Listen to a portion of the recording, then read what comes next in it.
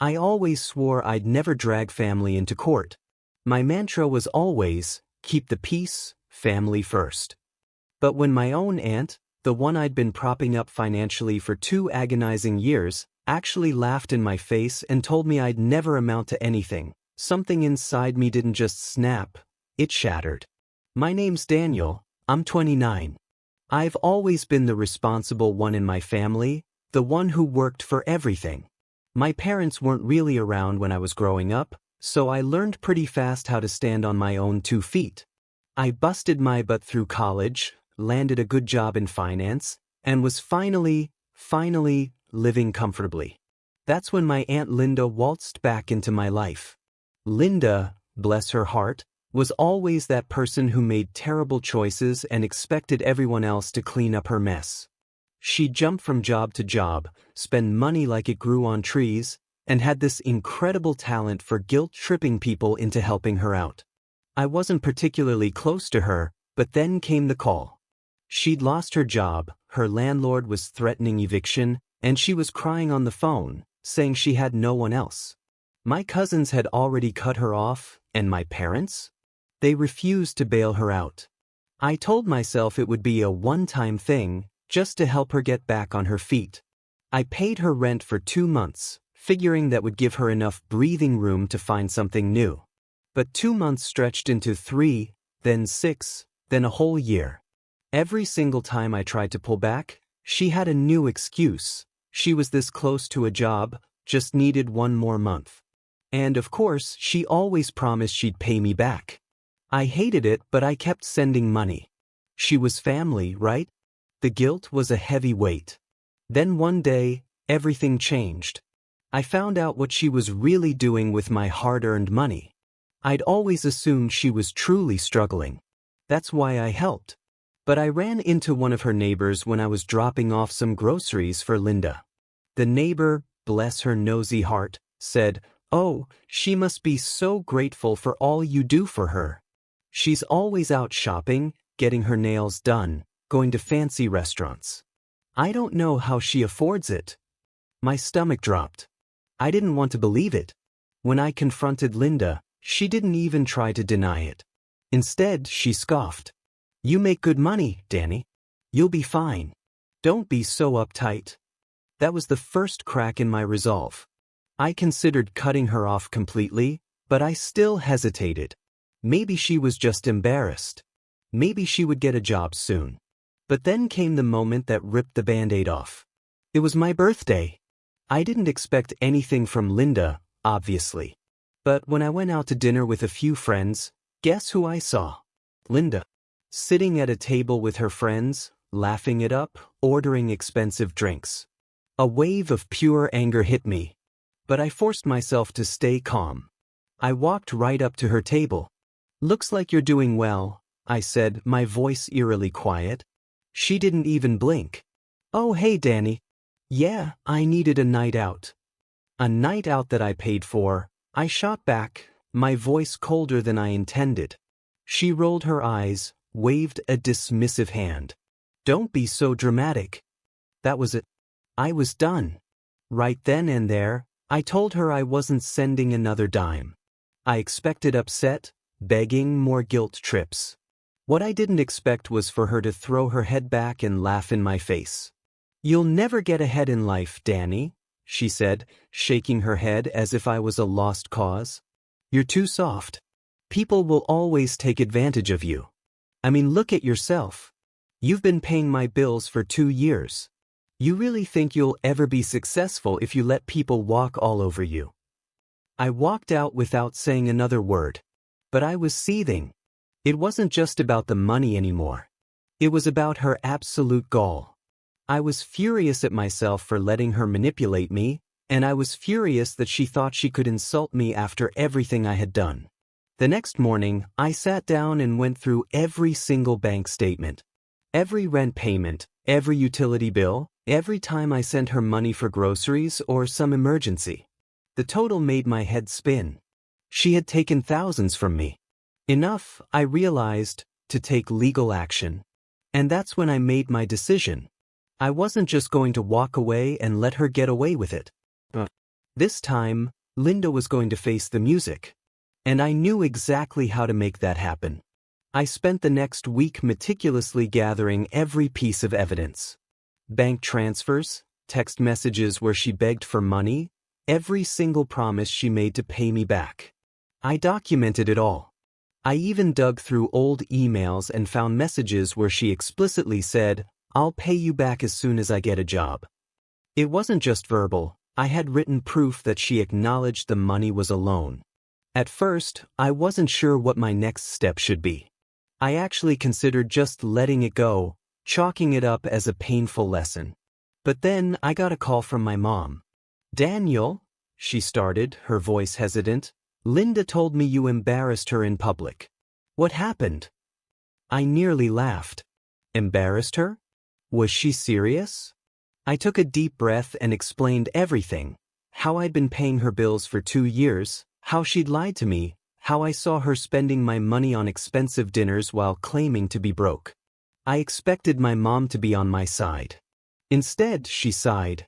"I get that you're upset, but she's family. You're just going to have to let this one go." My jaw clenched. "Let this one go, Mom? She stole from me." "She didn't steal," my mom corrected. "She just made bad choices." That was the moment it clicked.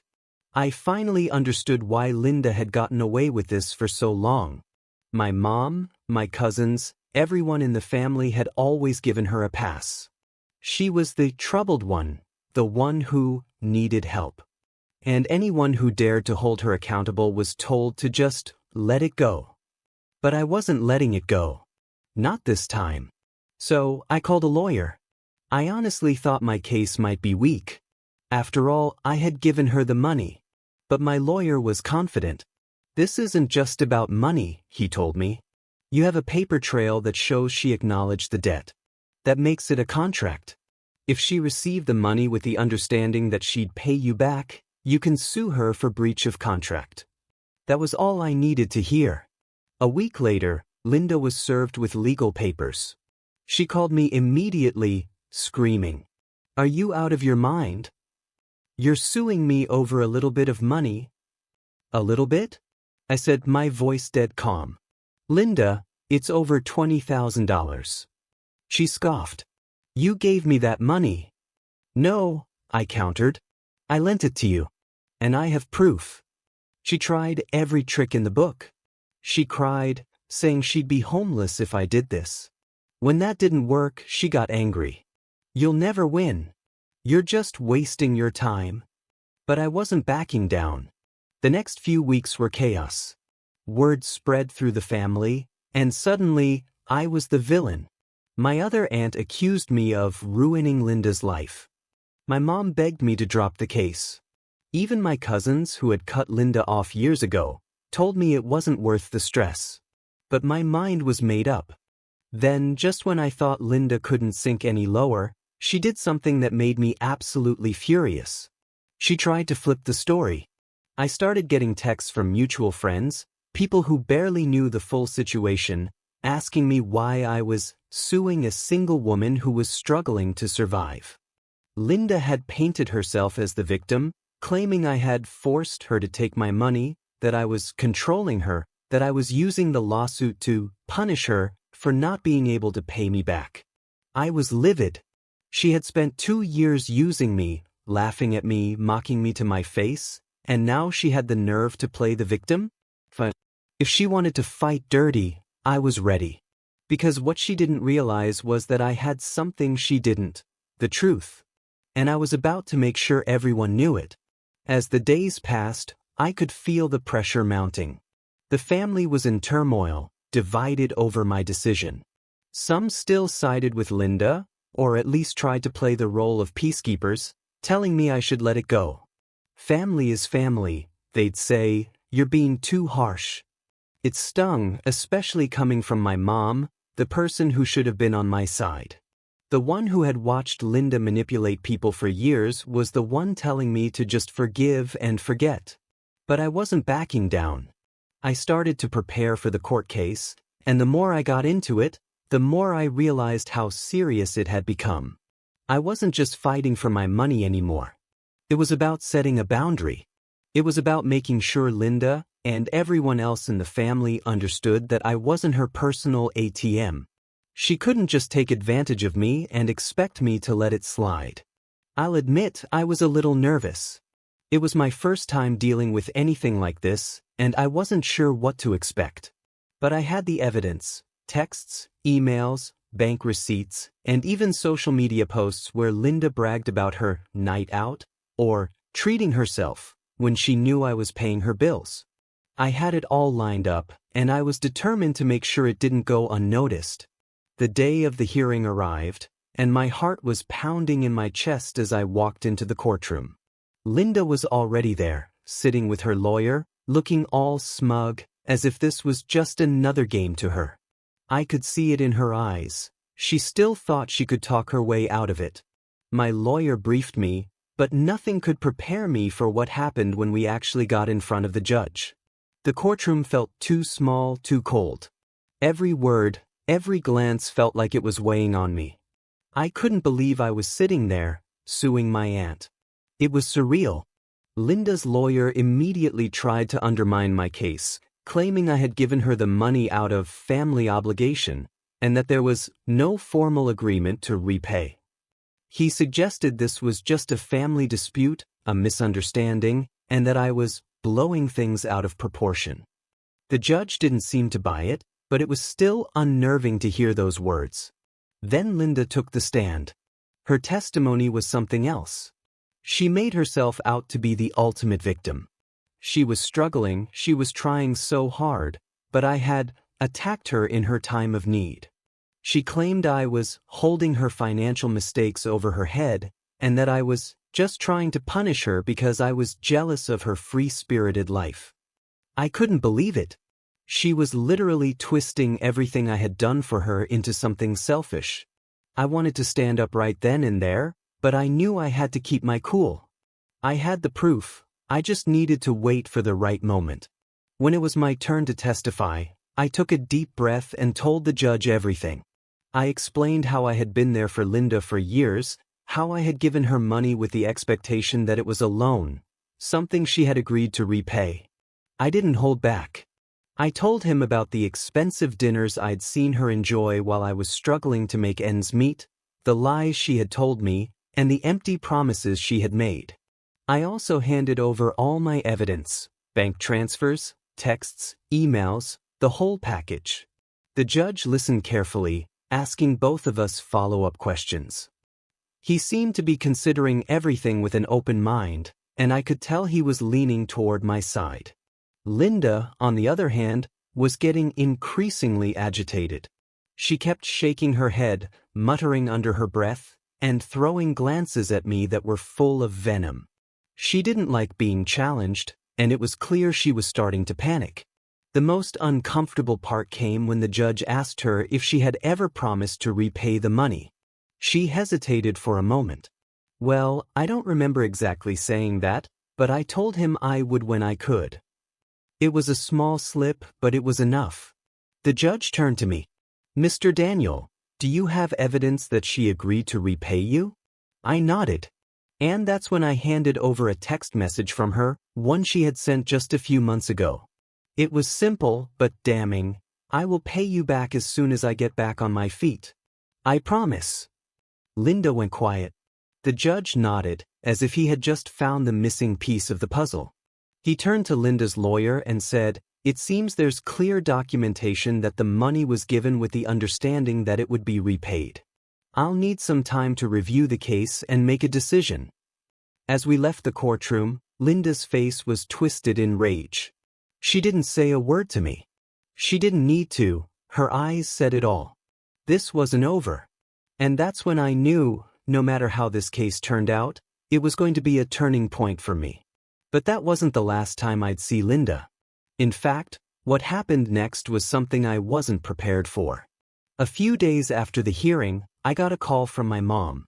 I wasn't looking forward to it. I knew she'd be trying to convince me to back off, to drop the lawsuit, to make things right with Linda. But this time, I wasn't in the mood to listen. "Daniel," she started, her voice soft but with a hint of urgency. We need to talk about what happened in court. I closed my eyes and took a deep breath. I don't want to talk about it, Mom. I'm not backing down. She sighed, a sound that sent a pang of guilt through my chest. You're making a huge mistake, Daniel. You're tearing the family apart over money. Linda's family too, you know she's struggling, and you're just pushing her further into a corner. This isn't you. I raised you to be better than this. I felt my temper flare, but I kept it in check. I am better than this, Mom. I didn't want it to come to this, but she's been using me for years. I've been paying her bills, covering her rent, and every time I asked her to pay me back, she made excuses. This isn't just about money. It's about respect. It's about setting boundaries. You're not respecting her, Daniel. She's your family, she shot back. Family? I almost laughed, but there was no humor in it. She's my family's. But she's also an adult. She's been lying to me, taking advantage of me, and I'm done. I'm not letting her walk all over me anymore. There was a long pause on the other end of the line. Finally, my mom spoke again, her voice quieter this time. I know you're upset, but you're going too far. I don't want to lose you over this. I felt a tightening in my chest. Lose me? I had never thought about it like that. But at that moment, I realized something. My mom was so blinded by Linda's manipulation that she couldn't even see what was right in front of her. Linda had made a career out of playing the victim, and now everyone was falling for it. Mom, I said, my voice firm but gentle, I'm not going to back down. And I'm not going to apologize for standing up for myself. I'm doing what's right. And if that means I lose a few people along the way, then that's something I'll have to live with. There was silence for a moment before she finally sighed. I don't agree with you, but I love you. Just think about what you're doing. I hung up without saying another word. I wasn't angry at her anymore. I was just sad. Sad that she couldn't see how toxic Linda had become, and sad that I was the one who had to put my foot down to make sure I didn't keep getting taken advantage of. The next week, I received a letter in the mail. It was from Linda's lawyer, and as soon as I saw the envelope, my stomach dropped. Inside was a settlement offer. They were offering me a large chunk of money in exchange for dropping the case. I could already hear Linda's voice in my head. This is the easiest way out for you, Daniel. Just take the money, and we can forget all about this. But I wasn't so sure. Something about it felt off. The more I looked at the offer, the more it seemed like Linda wasn't taking this seriously. She wasn't even acknowledging that she owed me anything. She just wanted to end the whole thing without accepting any responsibility for her actions. I showed the letter to my lawyer, who agreed it was a low-ball offer designed to make me back off. This is standard, he said. They know they're in a weak position. If you accept this, it's like you're admitting they're right. They're trying to buy their way out of this. I was furious. Linda thought I could be bought off that easily? I wasn't going to let her think she could manipulate me like that again. But at the same time, the pressure was starting to build. The court case had already caused enough stress, and the longer it dragged on, the more my family was pulling away from me. My mom wasn't speaking to me, and I could feel the judgment from my cousins. I knew some of them were quietly taking Linda's side, even if they didn't say it out loud. I found myself questioning whether it was all worth it. Could I just let it go, accept the settlement, and move on? But then I remembered all the times I'd let Linda walk all over me, all the times I'd put her first only to have her take advantage of my generosity. I couldn't back down now, not after everything I had already done. So, I rejected the offer. But instead of just letting it end there, I decided to go a step further. I wanted to show Linda and the rest of the family that I wasn't playing around.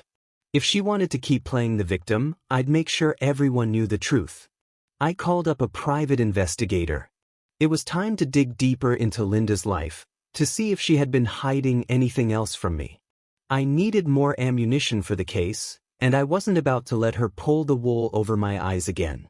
A week later, I got the results. The investigator had found evidence that Linda had been living far beyond her means, using my money to fund lavish vacations and expensive shopping sprees. She had been putting on a show, pretending to be broke while enjoying a life of luxury behind closed doors. I was furious, but at the same time, I felt a sense of clarity. I had proof now. Proof that Linda wasn't just a liar, she was a manipulator, a con artist. And now it was time for her to face the consequences. The next hearing was set, and I knew it would be the moment everything changed. I had all the evidence I needed, and I was ready to fight. The day of the final hearing arrived, and I was more determined than ever. I had all the evidence in hand, the investigator's report, and the proof that Linda had been living a double life while pretending to be destitute. I was ready to finally put an end to the madness. I arrived at the courthouse early, my nerves buzzing, but I refused to let them control me. This wasn't just about the money anymore. It was about principle. It was about standing up for myself and refusing to let Linda walk all over me. As I walked into the courtroom, I could already see Linda sitting at the table with her lawyer, her face a mask of feigned innocence. The air between us was thick with tension. She didn't even look at me, but I could feel her eyes boring into me, as if she could somehow intimidate me into backing down. But I wasn't scared anymore. This wasn't the same person she had been taking advantage of for years. The proceedings began, and Linda's lawyer started with the same old tactics, trying to paint me as unreasonable, as someone who was exaggerating everything. They tried to downplay her debts to me, and I could feel the urge to snap at them, but I held it together, listening patiently as they tried to spin their story. Linda kept her head down, as if she were ashamed, though I knew better. Then it was my turn. I stood up, walked to the stand, and took a deep breath. My heart was pounding, but I was steady. I started with the facts, the timeline of everything that had happened, how I had covered her bills, how I had tried to help, only to be met with excuses and lies. When I brought out the investigator's report, everything shifted. The courtroom went silent as I explained how Linda had been living far beyond her means, using my money to fund extravagant vacations, designer clothes, and gambling habits. I showed them the receipts, the pictures of her on luxurious trips, and the proof of her spending spree. Linda's lawyer looked like he was about to explode, but I wasn't finished yet. "I'm not here to ruin her life," I said, my voice calm but firm. "I'm here because I want to be treated with respect. I want to be repaid for what I've given, and I want the truth to come out." The shock on Linda's face was priceless. Her mouth opened in protest, but her lawyer quickly interrupted, trying to spin the narrative once more. But it was clear now. The walls had crumbled around her. As the judge deliberated, I couldn't help but feel a weight lifting off my shoulders. For the first time in years, I felt free from the chains Linda had wrapped around me. It didn't matter what happened next. I had already won. The judge's verdict came down swiftly. The evidence presented is undeniable. "Linda, you will be required to repay Daniel for all debts owed, plus interest.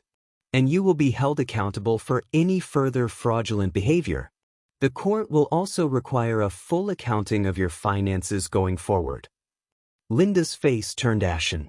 She looked like she was going to say something, but the words never came.